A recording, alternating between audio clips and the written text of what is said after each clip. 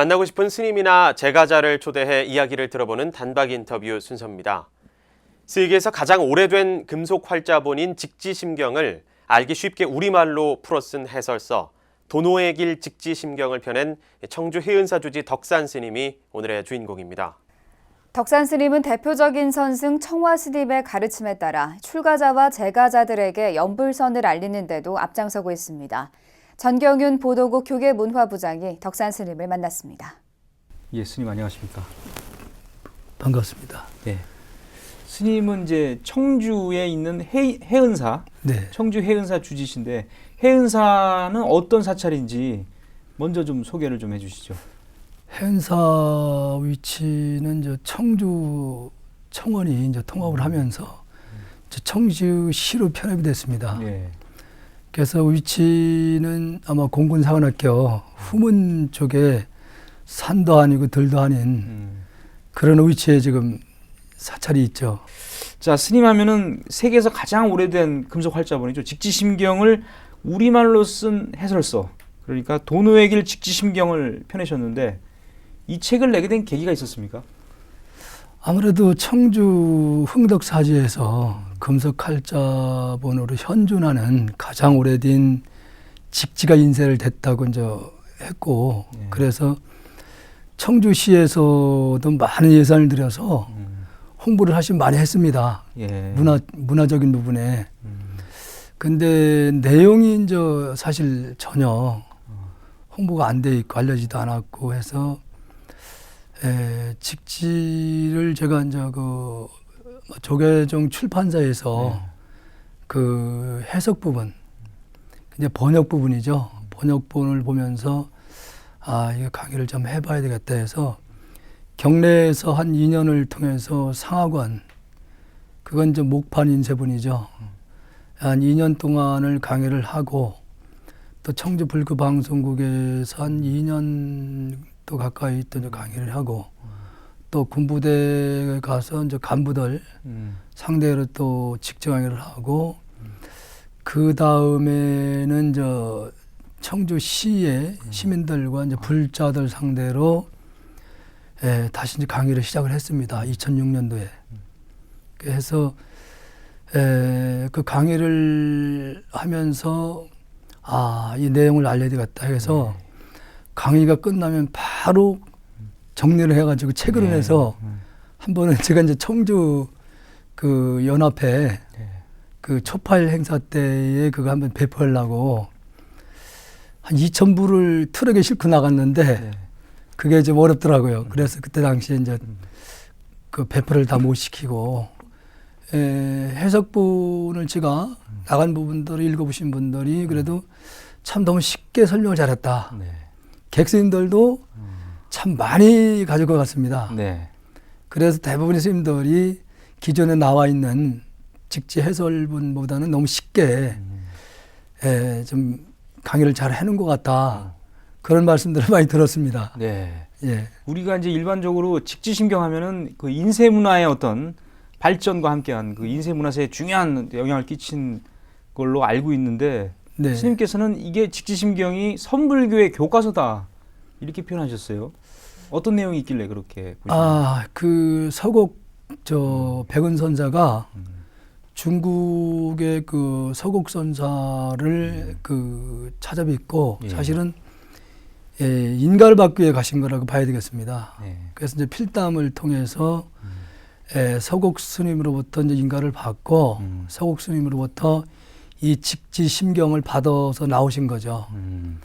나오셔가지고 그때 고려 중기 때에 승가 오늘날 교육교관이라 쓰는 강원에 교재를 썼던 겁니다. 이것을 교재를 일단 공부를 그 제도를 하면서 거기에 또 더 좋은 내용이 있으면 정보를 해서 상하권으로 나왔어요.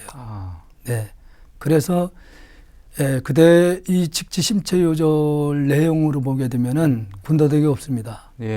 오직 진여 실상 그 하나의 마음 차원에서만 개성이 돼 있고 다시 말씀드리면 깨달은 분들의 말씀이니까 오직 실상 차원에서 말씀하신 부분입니다.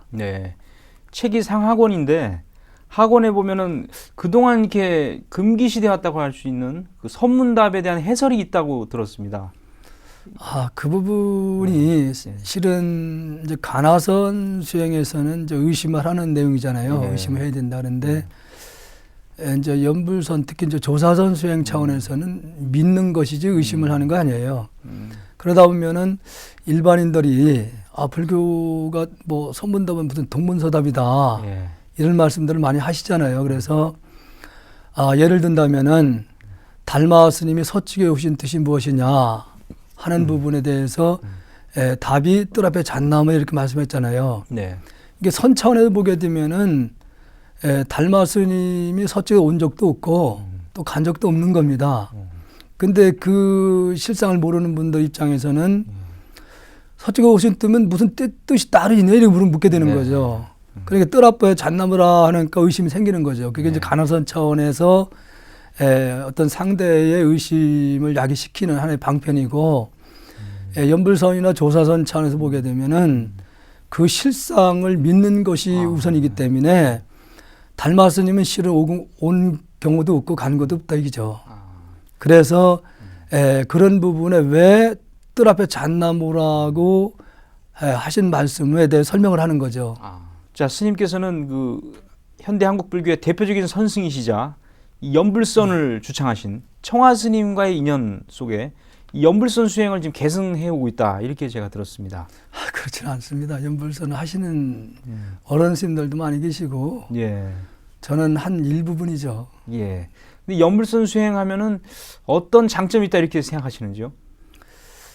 일반 제가자분이나 아니면은 뭐 연불에 대해서는 대부분 다 익숙해 있지 않습니까? 그래서 자연스럽게 연불을 하되 마음을 어디에 두고 하냐에 따라서 손이 들 수 있고 기복이 들 수 있는 부분이기 때문에 일반 제가자분들도 연불을 뭐 익숙해 있으니까 자연스럽게 선에 대해서만 이해를 시키면은 뭐 누구나 다 쉽게 할 수 있는 것이니까 선에 대해서 이해를 하지 못할 때는 그 연불 선이라고 할 수가 없습니다. 선을 이해해야 연불도 가능하다. 그러시죠. 스님께서는 청주 해인사에서 연불선 지도하고 계시고 특히 이제 수행자들을 위한 무문관 건립 계획도 있으시고 또 이 청주에 있는 저희 그 불교 방송을 위한 여러 가지 계획도 갖고 있는 걸로 제가 들었는데요. 소개를 좀 해주시죠. 이제 무문관 수행관은 개인적으로 뭐 제가불자님들 그렇고 좀 편안하게 어떤 경계에 끄달려가지 않은 그런 공간에서 수행을 하고 싶다는 말씀들 한 분이 많이 계셔요. 그래서 무문관 건립은 꼭 필요하다. 한 3박 4일이라도 2박 3일이라도 와서 정말로 한번 정진을 좀 할 수 있는 공간을 당연히 이제 스님들이 좀 마련해 줘야죠. 그러니까 방송국 부분은 특히 청주의 그 불교 방송국이 굉장히 열악합니다. 지금 위치도 뭐 상당히 그 환경이 안 좋고 그래서 개인적으로 한 3년 정도의 방송국에 드나들면서 이제 강의를 하면서 이래서는 안 되겠다. 이 방송 매체 그 위력이라는 것이 1000명의 스님들보다도 더 위력이 있다고 이렇게 볼 수 있거든요.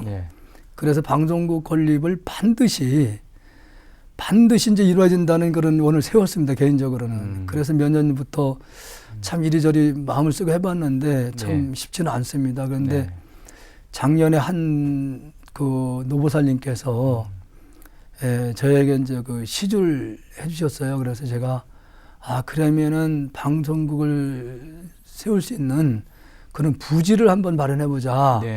또 저희들이 이제 불교대학도 지금 하고 있으니까 현재 시내권에 전세로 지금 살고 있습니다.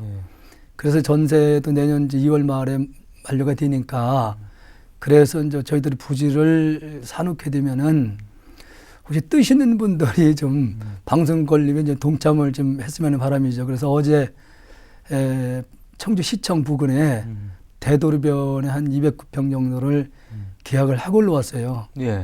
그래서 좀 누가 뜻 있는 분이 있으면은 방송국 건립에 좀 큰 힘이 됐으면 좋겠습니다. 알겠습니다. 이 방송 포교 그리고 또 스님이 하시는 여러 가지 포교와 수행 잘 되길 기대하겠습니다. 오늘 말씀 대단히 감사합니다. 고맙습니다. 예.